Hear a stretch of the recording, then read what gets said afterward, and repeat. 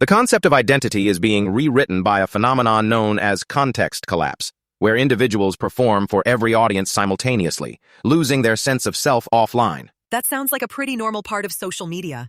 What's the big deal? The big deal is that when you're constantly adapting your persona to fit different online groups, you start to lose touch with who you actually are in real life. But isn't that just a natural part of having different social circles? Like how you act differently with friends versus family? It's not the same, because online, you're curating a highlight reel of your life, presenting a perfect image to the world, and that can be damaging to your mental health and sense of identity. I'm not sure I agree.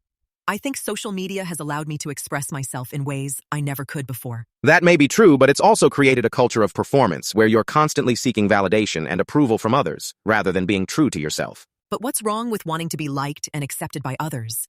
Isn't that a fundamental human need? It is, but when you're seeking validation solely through online means, you're opening yourself up to the whims of strangers, and that can be a never-ending cycle of seeking approval, rather than finding self-acceptance. I see what you're saying, but I still think social media has its benefits. It's allowed me to connect with people all over the world. I'm not saying it doesn't have its benefits, but we need to be aware of the potential risks, like context collapse, and take steps to mitigate them by being more mindful of our online presence and making time for offline reflection and self-care. Okay, I can see that. But how do you propose we do that?